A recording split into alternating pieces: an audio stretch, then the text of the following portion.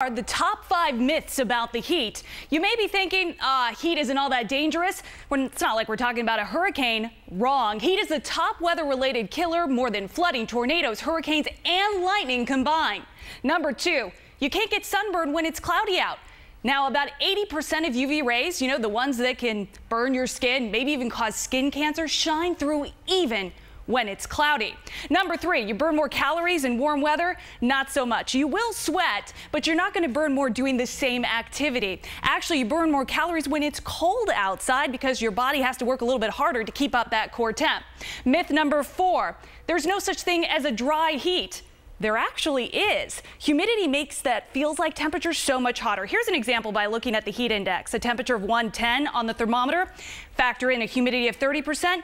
It actually feels like 122. And myth number 5, AC makes you catch colds.